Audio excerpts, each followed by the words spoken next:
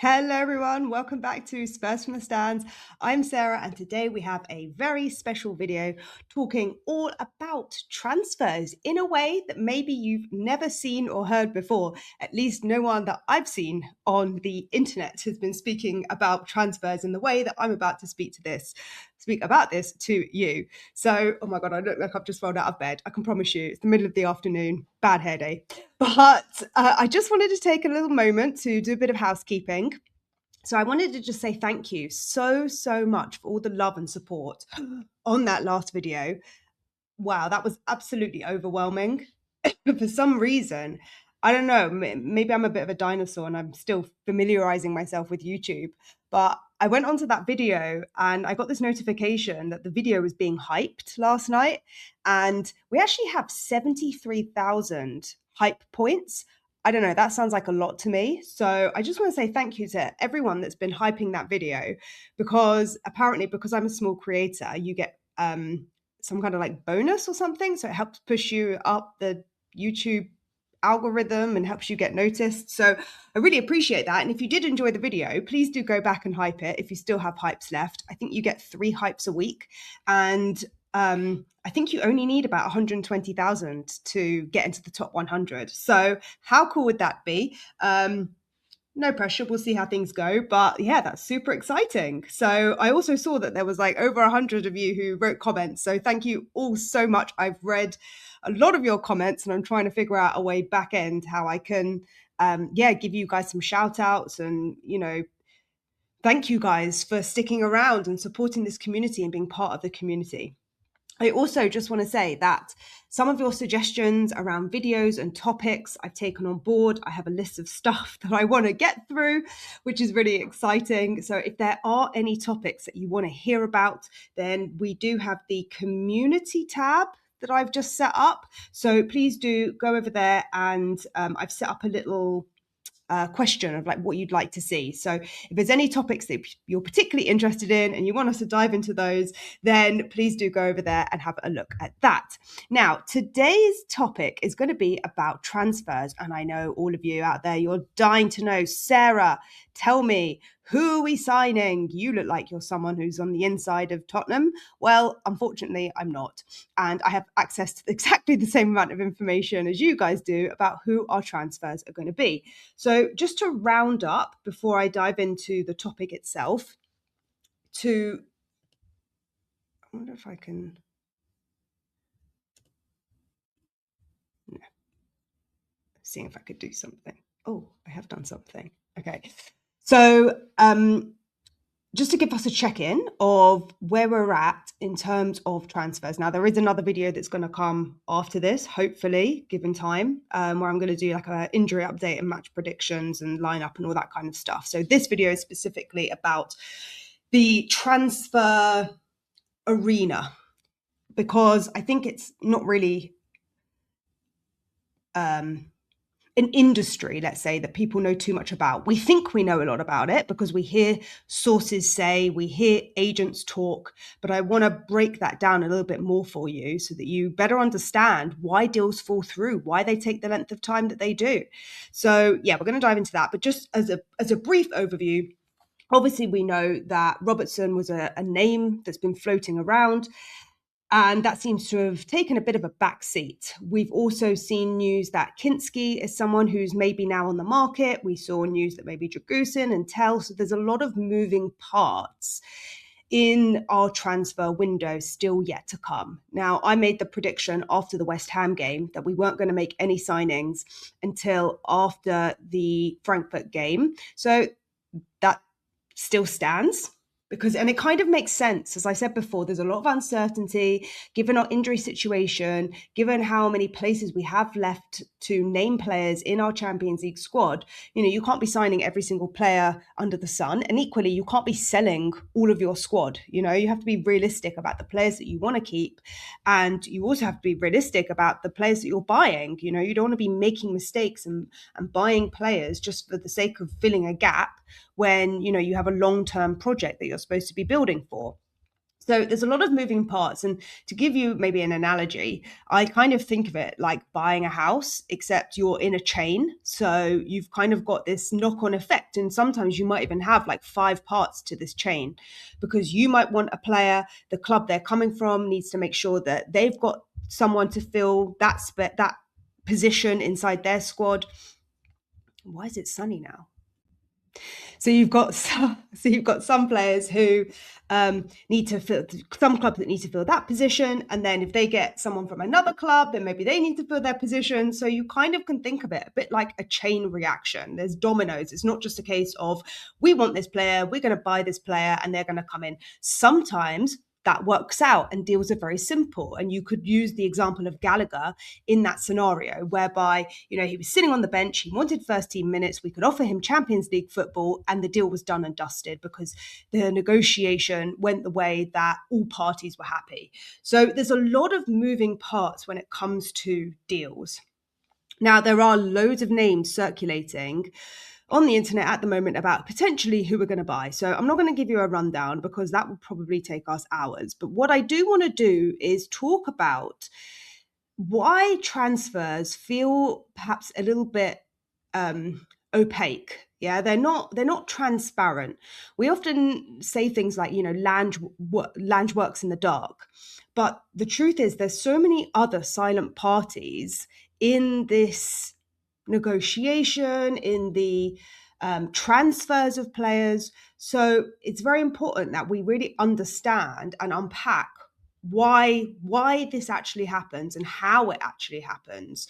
So obviously, I think one of the big sticking points and why fans get confused and maybe we feel lied to is because media often calls everyone the agent. Yeah. Oh, the agent this, the agent that. But the intermediaries, more often than not, aren't disclosed. And clubs can, be very selective, or they can brief selectively. Agents can leak information to get leverage. And I've spoken about how the media and the press machine actually works a little bit in some of my videos. So when you hear things like one source close to a player, that might mean an actual agent. It might mean a managing advisor, and it might mean like a mate of a mate, or it could just be total nonsense. And a lot of the rumors that we hear carry no weight, and that's why we call them essentially paper talk. So I want to first talk about the players' side. So the players' representation. So in other words, who acts for the player? Because as fans, we always look at the club and we look at, Paratici's leaving. We look at Johan Lang. We look at Rafi, who's come in. We look at like the changes on the board level, but the opposition side to that, or the other side, the flip side of that, is the players' representation. So most players have at least one of these, and sometimes it's more, and sometimes it might just be one. It depends on the player. It depends on maybe their experience. It also depends on things like, how maybe exposed they are. So I'll give you some examples as we go through. But the first is a licensed football agent. So you could say an FA or a FIFA agent. Now, this is the official regulated role. So an FA agent has to be FA licensed, which means registered with the FA in England. Now, the licensed football agent can legally negotiate the contract on behalf of the player. They negotiate the transfers and they receive agent fees. So when you hear, a player signed for 20 million, they don't get all of that in their pocket. Some of it goes to various different agents, different agencies, and things like that. So the licensed football agent is going to receive agent fees when a transfer happens. Now, licensed football agents, they can be independent, they can be freelance, or they can be part of a large agency. So you guys might have heard of large agencies like CAA. So they represent Son, Pedro Porro, I think SAR, but they are probably like one of the biggest, I would say, from what I know. I think they're one of the biggest. I'm not sure. I think Madison signed under them as well. I think Madison signed under them. But you also have Wasserman. I think there's Gestafute as well. There's loads of different large agencies.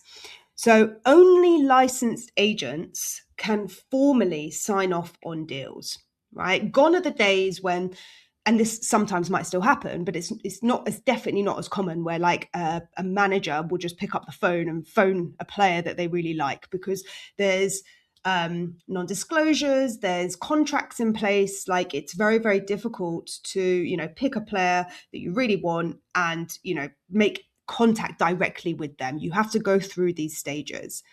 So the second is the managing agent or the career manager. So this is actually more common than people realize. They're not always licensed, and you can kind of see this person as a long-term advisor for a player. So they might be a former agent, they might be a family member, they might be a trusted fixer or a networker. So for example, someone like Dragusin, we all hear his agent talk very openly in the press, right? That's probably his managing agent as opposed to his football agent. They are two different things. Someone like Mickey van der Ven, he took his dad to the interview on the overlap with Gary Neville. Well, his dad is probably acting as, in part, his managing agent. Now, whether he has an official one as well, I don't know. But it's likely that, in that scenario, his family member can be someone who's supporting him as well. So these managing agents, they typically handle the career strategy. So they might come and they say, well, this move is better than that move because it's going to help you in this route in the future. If you want to go and play for Real Madrid in the future, this is going to benefit your career in some kind of way. So players are looking at their next move, but they're also going to be looking at the big long-term picture of where that trajectory is going to take their career and future. And obviously that's going to depend on how old the player is, how much experience they have, what country they like to live in. All of those kind of things are going to come into play. Now, also, the managing agent is typically the image. It's going to be the brand. So I've spoken about the brand before. So for example, I spoke about James Maddison doing Coca-Cola adverts. That might have been something arranged by a managing agent. It might have been through an agency, and I'll touch on that in a minute. But they might also look for sponsorship alignments. So look, we know Son, he's a sponsor of Burberry, for example. So football these days is not just about football. It's about the package. Players are not just players anymore. They are commodities. And whether you love it or you hate it, the business model is here to stay. That's just the name of the game these days. It's not going to go anywhere. And players, they're part of this transfer model, this trading model, as Vinay liked to call it in his most recent letter. So you can even see from that language, talking about trading versus transfers, players are seen as commodities. And that is because of these things like brands, like sponsorship. We know when Son left the club, it damaged the club in some ways because they lost a lot of their revenue, which came from those big names. Okay. Now, the managing agent also might make like day-to-day decision filtering if they get lots of inquiries, if certain things are happening in the media sphere and the bigger picture of things, they might filter that down and relay information to a player themselves. Now, the managing agent, they cannot legally negotiate the contract unless they're also licensed. So you might have managing agents who are also FA agents. Different capacities, different roles. But in effect, they work alongside the licensed agent. So assuming the managing agent isn't licensed, so I'm just taking the example of Van der Ven's dad, for example, he's probably not an FA registered agent. He might work alongside the agent to make a decision about what's best for the player's future. Okay. Now, the third is the agency model. So these are big corporations, they are big firms, and many elite players are represented by agencies with multiple specialists. So, for example, you go to a big company and you have one point of contact, but internally they have one agent for contracts. They have one for sponsorships, one for international moves, one for PR and media. So the player themselves might only ever speak to one person, but several people are always working behind the scenes to get the best deals, to make sure that, it could be like their social media is run properly, for example. So as well as making sure contracts are negotiated and things like that. So the agency model is something that some players have, not all players.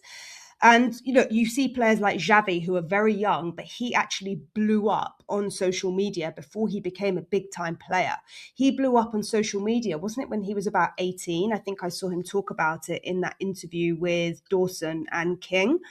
So there's sometimes that you can get a lot of hype around players, and that then lays the foundations or creates the demand for them to take a certain route with their career. Let's just say it like that. So on the club side, so that's the player side, right? So you've got those three. You've got the FA agent, you've got the managing agent, and sometimes the agencies. And you might have one or all three or just two of any of those. Now, on the club side, I hope this is making sense.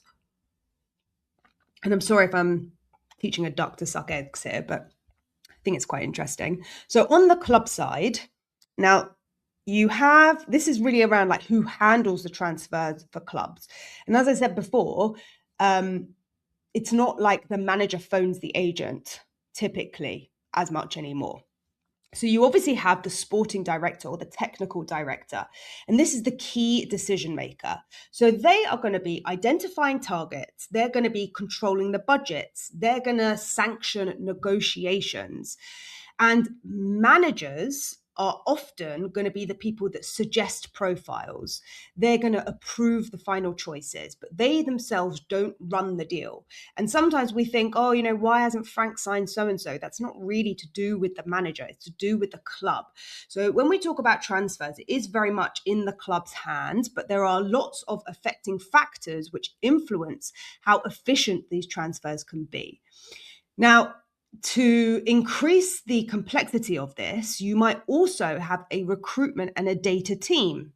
So we know that Paratici's just left. He used to work largely on his own. And with the incoming of Rafi and Lange and the change of the structure at Spurs, you're probably behind the scenes going to have a lot more weight on this recruitment and data team than you typically have had historically. And I'm making an assumption here. So if you know anything about this, please do write it in the comments because I'd love to hear as well. But before an agent is even contacted, data models are going to flag certain players, right? And scouts are going to confirm the suitability of those players. And then on top of that, the financial model is going to test the affordability. Only when that has happened, so in other words, only when you've looked at the data and you've gone, right, we need this position, this profile of player, this age, this experience, it's ideal, it's not expected that they're going to speak these types of languages, then they confirm whether they're suitable for the role and whether they're actually affordable. Then the club will approach the representation. They're not going to approach the player, they're going to approach the representation of the player.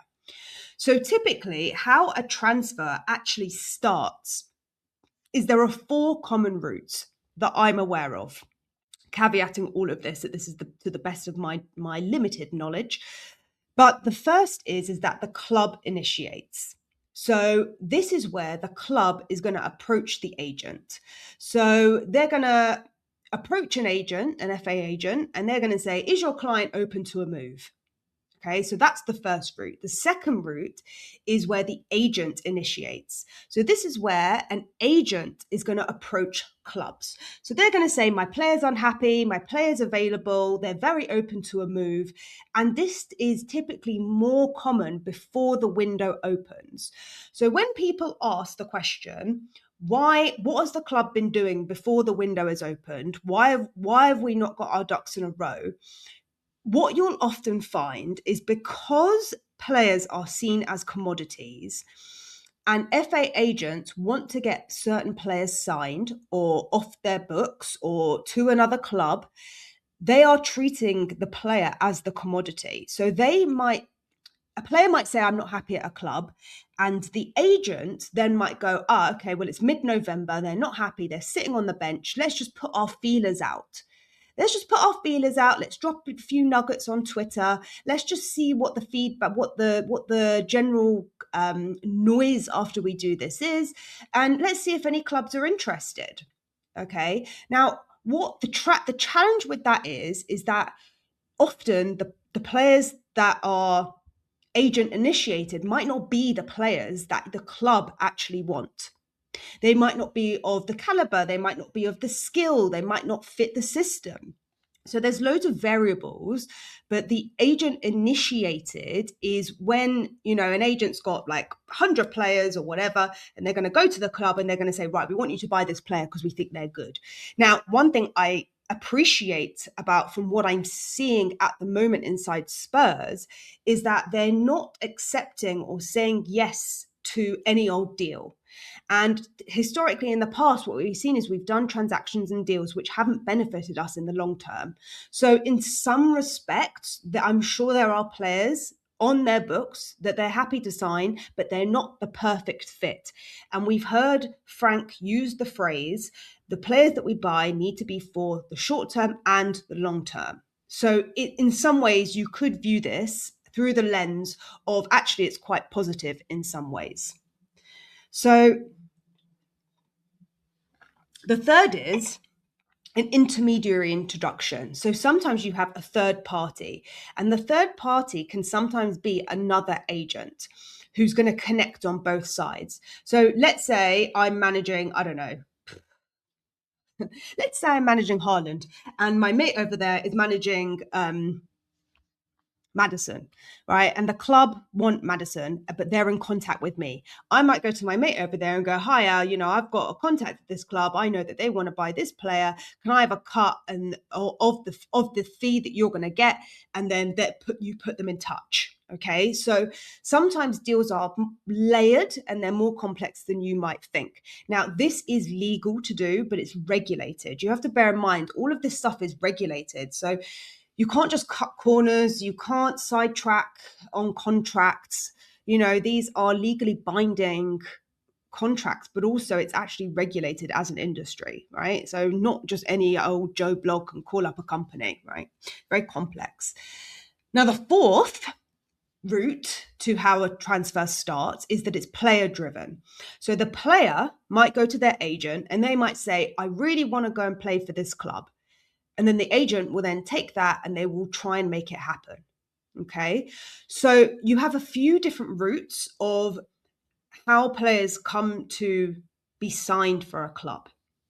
Now, moving on to the negotiation phase, there are a few different parallel negotiations that take place at the same time. And this is where it gets messy. And this is why deals can collapse very late on, because one side agrees and another side doesn't agree. And for a transfer to come off, then you need to have a win-win scenario. So one of the parallel negotiations is club to club. So this is where, Tottenham is going to speak to Liverpool and they're going to agree a transfer fee. They're going to agree any add-ons. They're going to agree any sell-on clauses. Sometimes if it's a loan deal, it might be in relation to how many minutes a player is going to get played. There's so many things, I guess, that get put into that club-to-club negotiation. Then you have the club and the player. So in terms of the club and the player, That's going to be things like wages. It's going to be things like bonuses. It's going to be things like the length of the contract, the role assurances. So assuring you, yes, you're going to play under this manager. Yes, you're going to play so many team minutes. Yes, you're going to be listed in our Champions League squad. So sometimes you might question and think, well, why is that player in our Champions League squad? Well, it might be because they actually have some kind of contractual obligation to fulfill. So on the surface, from the outside looking in, it's not just a game of football. There is very political, as much as we like it or hate it. The third is the agent and the club. So the agent is going to negotiate the agent fees. Now, this is actually capped now under FIFA rules. Though still it can be creative, let's just say. So it might not be financial. There might be other trade-offs that happen between the agent and the club. So you have to think that a player, as much as they might be on 200 grand a week, they're not actually taking that home. Above and all, the tax man's going to take 50% of that. So these things are very, very complex. The next step is you've got freelance versus agency agents. So what's the difference? Freelance or independent agents, they typically are going to have like a smaller network. They're going to have more personal relationships. Often they're going to handle like mid-tier players, and these freelance independent agents are going to operate much faster and they can be much more flexible. And that's why you sometimes see deals with younger players or players who aren't like of the elite level go through faster. So maybe someone like Gallagher, I'm not really sure too much about his agency setup per se, but as an overview, sometimes you might see things happen really fast. And that's because sometimes not just the players on board, the clubs have agreed, the agents agreed, but also because of the size of the agency. You know yourselves, if you have a huge corporation, there's so much bureaucracy that goes on, it can be harder to get a big player through the door. So when you have an agency like players that are signed to CAA, maybe it's going to be more complex because of the nature of being tied to an agency. So big agencies, they have the huge networks. They have very strong leverage with clubs. And they also can bundle players. So that's why sometimes you might see, well, we're going to exchange this player and we're also going to throw in this player for the future, or this season you're going to take this player and next season, how about we sell you the next player? So sometimes you might wonder, because as fans, we don't have full visibility over how this looks and how this works in the background. But just so you know that sometimes, they might go, well, you want X player. Would you consider taking this player as well?